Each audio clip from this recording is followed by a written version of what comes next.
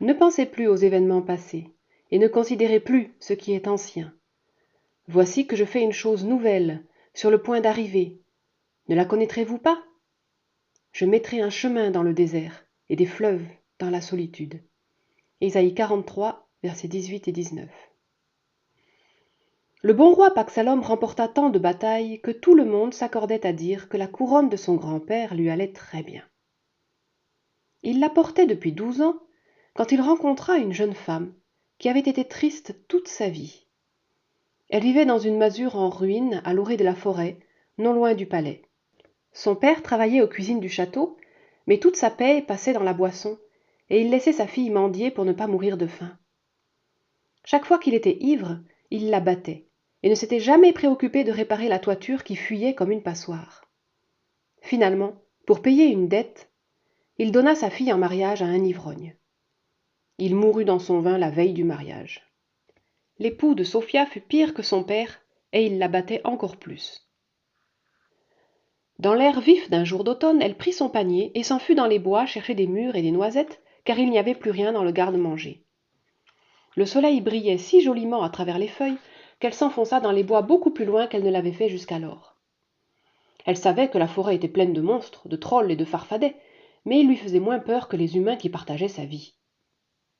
Dans une clairière, elle découvrit un étang au milieu des roseaux. L'eau était si calme et si claire qu'elle vit le reflet de son visage pour la première fois de sa vie. Au lieu de réaliser qu'elle était belle, elle se prit à souhaiter que ses yeux fussent bleus alors qu'ils étaient verts, et ses cheveux blonds et frisés alors qu'ils étaient noirs et raides. « Que tu es laide !» dit-elle à la fille dans l'étang, en essayant d'effacer le bleu que le poing de son jeune époux lui avait laissé sur la joue. « Je ne pense pas que vous soyez laide. » Très surprise, elle sauta gracieusement sur ses pieds, éparpillant les noisettes et les mûres.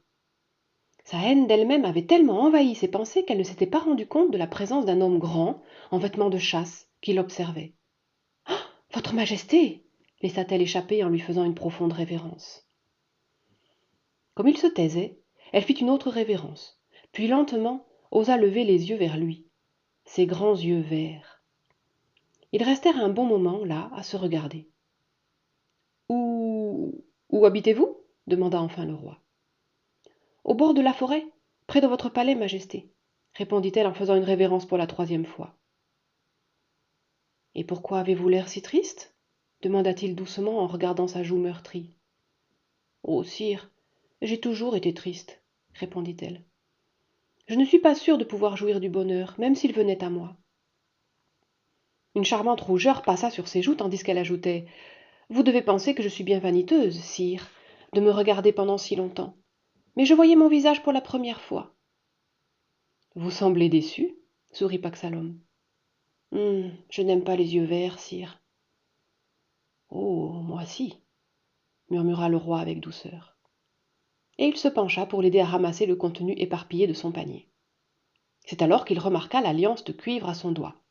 « Excusez-moi, madame, » dit-il avec raideur. « Je dois vous dire au revoir. » Il fit un salut de la tête et se dirigea rapidement vers l'entrée de la clairière où il avait attaché son cheval.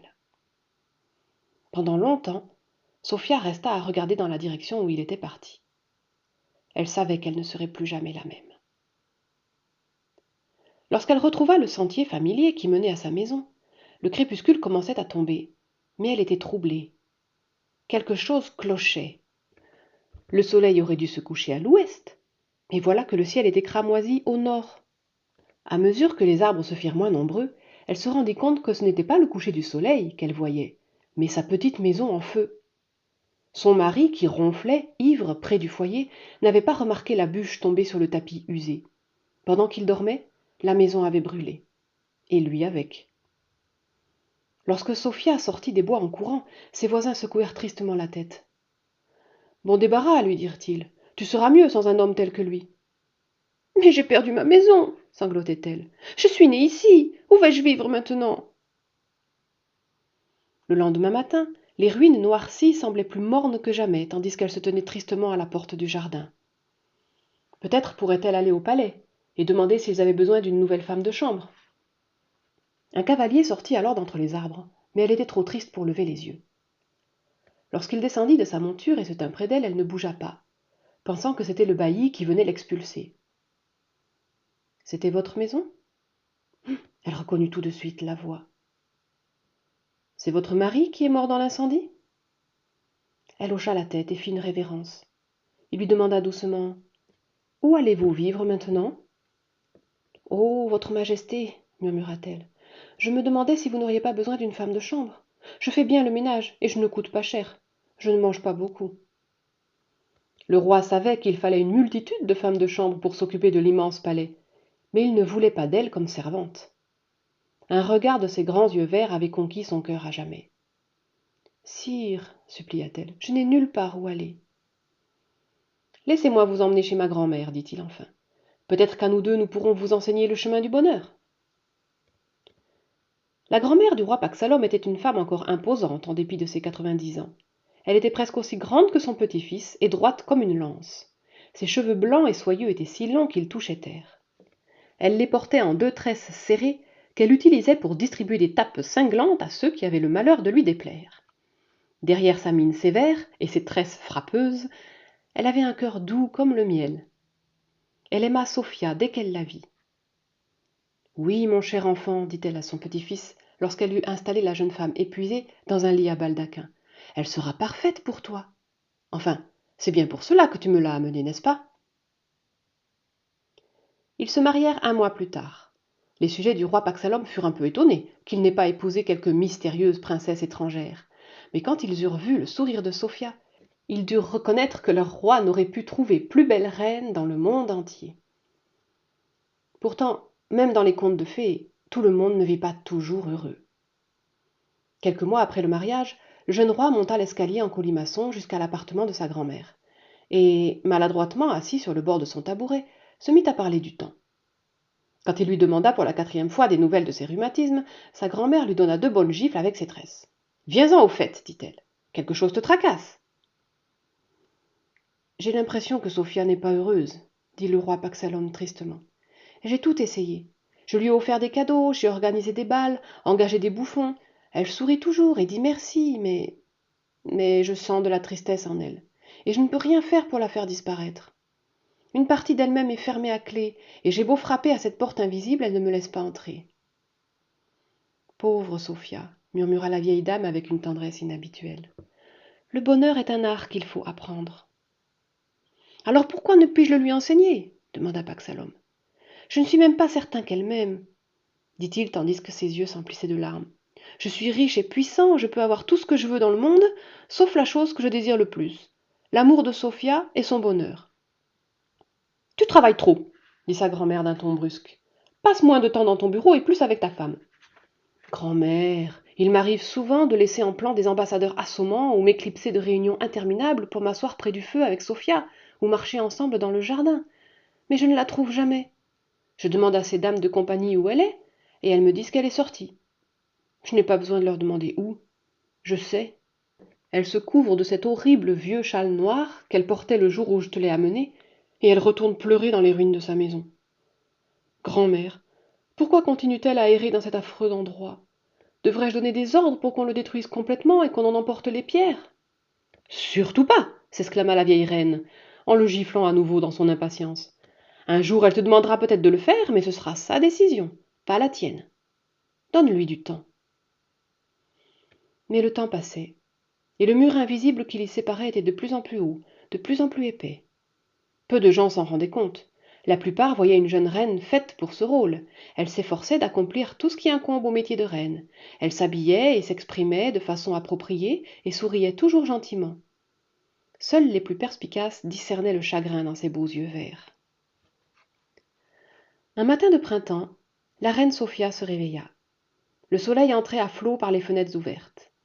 Elle ne s'était pas encore habituée à se retrouver dans un doux lit de plumes, à s'asseoir sans être endolorie par des coups de pied ou de poing. Paxalom ne se mettait jamais en colère contre elle. Pourtant, elle s'attendait toujours à ce qu'il le fasse. La tendresse était un sentiment si nouveau pour elle. Paxalom se levait toujours à 5 heures du matin pour aller travailler dans son bureau jusqu'au petit déjeuner. Il laissait juste un creux sur le traversin à côté d'elle. « Si seulement je pouvais lui montrer combien je l'aime, murmurait-elle tristement. Pourquoi ne puis-je pas être heureuse? Il m'a toujours donné tout ce que je voulais, mais il y a quelque chose de noir dans mon cœur qui repousse l'amour et le bonheur. Il était temps maintenant de sonner pour que ces dames de compagnie viennent et commencent la toilette royale et les cérémonies de l'habillement et de la coiffure. Elles mettraient au moins 2 heures, mais Sophia aimait cela. Elle aimait ces dames. Elle aimait les vêtements et les bijoux que le roi lui avait donnés. Et maintenant qu'elle était bien nourrie, elle devait admettre qu'elle était belle. Mais les corbeaux étaient là, sur le rebord de la fenêtre. Ils attendaient. J'irai vous donner à manger, leur dit-elle nerveusement. Je vous promets d'être là-bas après le petit déjeuner.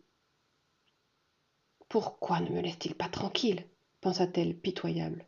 Ils sont en train de détruire mon bonheur. Le roi et la reine s'assirent pour le petit déjeuner, chacun à un bout de la grande table en chêne de la salle à manger, chacun dans sa bulle de solitude, silencieux. Je dois m'occuper d'un tas de papiers ennuyeux ce matin, dit enfin le roi. Je serais tellement heureux que tu viennes t'asseoir près de moi. Peut-être pourrais-tu apporter ton ouvrage. Il savait qu'elle refuserait. Elle se rendait toujours à la vieille maison après le petit déjeuner. J'ai trop à faire aujourd'hui, répondit-elle avec embarras, et elle se mit à rougir en voyant la tristesse de son regard. Son cœur la poussait à courir à l'autre bout de la table, s'abandonner à l'amour de son époux et lui parler de ces horribles corbeaux. Mais elle se leva avec une certaine raideur, fit une révérence et s'en alla. Paxalom soupira, retourna à son bureau et ferma la porte à clef. Sophia se précipita dans ses appartements, sortit le châle noir d'un coffre et descendit au jardin par son escalier privé. Elle courait le long du sentier sans remarquer les fleurs ni les arbres auréolés de roses. Pour elle, tout semblait recouvert du nuage gris du désespoir. Lorsqu'elle arriva près des ruines de la masure, elle se drapa du châle comme d'un linceul et commença son rite matinal. Elle marcha entre les murs écroulés et se tint dans chaque petite pièce en ruine pour se souvenir. Ces souvenirs n'étaient pas agréables, la plupart étaient douloureux et humiliants, mais il lui fallait revivre chacun d'eux. Elle termina en faisant le tour du jardin envahi par la végétation. Puis elle s'arrêta, adossée à la porte, observant tout en détail, des larmes ruisselant sur ses joues. Dans la forêt, tout près, les jacinthes des bois étaient de toute beauté, mais elle ne les remarquait pas. Pourquoi faut-il que le passé ait un tel pouvoir sur moi, pensa-t-elle en regardant les corbeaux. Ils étaient là, tous les deux, comme d'habitude, perchés sur le haut de la cheminée noircie. Ils la regardaient et attendaient. Mon père et mon mari, murmura-t-elle. Pourquoi ne puis-je pas me libérer d'eux? Elle sortit du pain de sa poche et l'émietta sur le sol, à ses pieds. Les corbeaux foncèrent dessus et l'engloutirent avidement. Puis, dressant la tête, la regardèrent d'un air sombre et moqueur. « Je vous déteste, murmura-t-elle. Vous êtes en train de gâcher ma vie. » C'est alors qu'un bruit de pas derrière elle effaroucha les oiseaux qui s'envolèrent avec des cris rauques vers leur perchoir. Une grande chaise à porteurs, véhiculée par 4 valets de pied musclés, arrivait droit sur elle par le sentier du palais. Sur le siège, assise droite comme un i, se trouvait la reine-mère. Elle ne sortait que pour des occasions très importantes. Aussi Sophia la regarda s'approcher avec appréhension. « Posez-moi !» ordonna la douairière en utilisant ses 2 tresses pour administrer une pluie de tapes sur la tête de ses écuyers en sueur. « Allez-vous-en !» Sophia fit une révérence, gênée d'être découverte là, et regrettant de ne pas avoir caché son châle. Elle savait qu'il devait paraître bizarre par-dessus sa robe élégante. « C'est ici, je suppose, que vous habitiez ?» Sophia rougit et fit encore une révérence. « Vous deviez beaucoup vous y plaire. »« Oh non, madame !» répliqua Sophia si brusquement qu'elle en parut presque impolie. « Je déteste cet endroit. »« Mais alors pourquoi revenez-vous ici tous les jours? Je vous vois depuis ma fenêtre. »« Quelque chose me ramène ici, » murmura Sophia tristement. « Je ne peux pas m'en empêcher. »« Eh bien, il va falloir que vous décidiez qui vous voulez être, » dit la vieille dame. « Reine ou indigente? Vous ne pouvez pas continuer à être les 2 à la fois. »« Bien sûr que je veux être l'épouse de Paxalom. Je veux l'aimer et le rendre heureux. Mais il y a quelque chose dans mon cœur qui m'attache au passé et m'empêche d'accepter ma nouvelle vie. »« C'est la haine, » dit la vieille dame doucement. « C'est ce qui remplit votre cœur, mon enfant. » Sophia leva les yeux, stupéfaite. La reine-mère sourit. Mais oui, je sais que vous êtes douce, et c'est ce que j'aime en vous. Mais lorsqu'on ne laisse pas la colère s'exprimer, elle reste bloquée dans le cœur et finalement elle se change en haine. Mais madame, protesta la pauvre Sophia, je n'ai jamais osé me mettre en colère. Tout à fait, dit la douairière, agitant triomphalement le doigt. Lorsque la petite fille qui vivait dans cette maison était battue et affamée, elle ravalait ses sentiments, ne pouvant pas les exprimer. Quand l'épouse recevait des coups de pied et des coups de poing, elle était en colère, mais elle ne le montrait pas. Maintenant votre cœur est si rempli de haine qu'il n'y reste plus de place pour l'amour et le bonheur. Comment m'en débarrasser sanglota Sophia. Dites-le-moi, madame, s'il vous plaît. Sans parler, la vieille dame pointa un doigt noueux vers les corbeaux perchés sur la cheminée. Et Sophia sut à l'instant ce qu'elle voulait dire. Ils ont un pouvoir sur moi dans tout ce que je fais et tout ce que je dis, dit-elle à voix basse. C'était un énorme soulagement pour elle d'avoir pu enfin exprimer ses peurs avec des mots, mais la vieille dame secouait la tête. Non, ils n'ont pas de pouvoir sur vous, dit-elle. Ils ne sont que les sombres souvenirs de votre passé, et les souvenirs ne peuvent vous contrôler que si vous le leur permettez, en venant ici et en les nourrissant chaque jour. Mais ils m'obligent à le faire, dit Sophia. Non, c'est ce que vous ressentez pour votre père et pour votre mari qui vous détruit, et qui détruit Paxalom. Il arrive un moment où nous devons pardonner à ceux qui nous ont blessés dans le passé, les relâcher, les libérer. Tant que vous continuez à vous cramponner à votre rancune, vous restez lié à elle, et vous lui donnez le pouvoir de vous faire du mal. Leur pardonner s'écria Sophia, indignée. Madame, vous n'avez aucune idée de ce qu'ils me faisaient subir. Peut-être, répliqua la vieille dame avec humeur, mais on n'est pas en train de parler de moi. C'est votre choix. Et vous avez parfaitement le droit d'être malheureuse si c'est ce que vous préférez.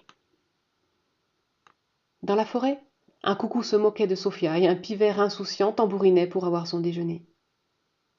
Le silence entre les deux reines se prolongeait. Comment fait-on pour pardonner demanda enfin Sophia. C'est difficile, dit brusquement la vieille dame. Ça prend en général toute la vie, mais ce qui compte, c'est de prendre la décision de commencer.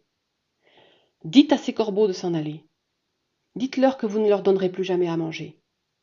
Ordonnez-leur de partir et de voler sans s'arrêter jusqu'au pays de la dévastation absolue. C'est de là-bas qu'ils viennent. Alors dites-leur d'y rester pour toujours. Mais ils ne feront pas ce que je leur dis, protesta Sophia. Ils ne l'ont jamais fait. Oh, si, ils le feront, à cause de qui vous êtes. Bien sûr, ils n'obéiraient pas à la petite paysanne sans défense qui était en leur pouvoir. Mais vous êtes mariée au roi maintenant. Il gouverne notre empire. Toute son autorité est aussi la vôtre, tout simplement parce qu'il vous a choisi pour reine. Utilisez cette autorité, maintenant. Sophia se tourna lentement vers les oiseaux. Les deux formes noires, perchées sur les ruines noircies de la cheminée, se détachaient sur le ciel en un sinistre contraste. Allez, partez, dit-elle hésitante. Ils croassèrent d'un ton railleur, mais ne bougèrent pas. Elle fut alors saisie d'une rage désespérée. Fichez le camp, tout de suite, ordonna-t-elle en tapant du pied, ou mon mari va vous chasser. À sa grande stupéfaction, les deux oiseaux s'envolèrent immédiatement, croassant de peur. Oh, si seulement j'avais su que c'était aussi facile, murmura-t-elle. Je l'aurais fait depuis longtemps. Et maintenant, dites-moi pourquoi vous continuez à porter ce vieux linceul horrible, continua la reine implacablement. Oh, ce n'est pas un horrible vieux linceul, protesta vivement la jeune femme. Il m'a réconfortée et réchauffée durant bien des hivers rigoureux. Je me sens en sécurité quand je le porte. Devenir une nouvelle personne, c'est être disposé à se débarrasser des choses qui étaient importantes dans l'ancienne vie, même si elles étaient sécurisantes, répliqua la grande dame. Sophia resta silencieuse pendant si longtemps que la vieille dame lui donna une bonne tape. Vous aimez être malheureuse, n'est-ce pas gronda-t-elle. Vous portez la misère comme vous portez ce manteau. Oh, madame s'écria Sophia en éclatant en sanglots. N'y a-t-il donc pas d'espoir pour moi Bien sûr que si, stupide gamine. Enlevez ce linceul et brûlez-le. J'ai apporté mon briquet à Amadou. Ramassez quelques branches sèches. Et dépêchez-vous, c'est l'heure de ma sieste. Le feu crépita, et le châle fut réduit en cendres. Bien, dit la douairière. Maintenant, vous ne pourrez plus couvrir vos beaux vêtements neufs. Portez-les avec grâce, mon enfant. Paxalom vous les a donnés parce qu'il vous aime. Toutes les deux sentaient la fumée lorsque le roi arriva, suivi des 4 valets de pied. « Ah, ramenez-moi à la maison tout de suite, ordonna la vieille dame. Je suis épuisée. Lorsque le siège et son occupante bourrue eurent disparu derrière les grilles de fer du jardin royal, Sophia quitta son feu et s'approcha timidement du roi. Elle se retrouva dans ses bras avant d'avoir pu dire un mot, pleurant de soulagement et de joie. « Si seulement on pouvait détruire cet endroit où j'ai été si malheureuse, dit-elle plus tard, tandis qu'ils rentraient main dans la main. Mais la vue d'un terrain vague ne t'attristerait-elle pas chaque fois que tu passerais par là suggéra Paxalom. Alors, peut-être pourrait-on agrandir le mur du jardin royal et y inclure mon petit terrain demanda Sophia. Nous pourrions en faire un joli coin privé, rien que pour nous. Nous pourrions nous y asseoir ensemble le soir et écouter les oiseaux de la forêt tout en regardant nos enfants jouer. Paxalom la regarda en souriant. Tu veux transformer ce lieu triste et laid en un lieu de paix et de beauté dit-il pensif. Oui, cette idée me plaît. Et la soulevant dans ses bras, il la porta jusqu'à la maison.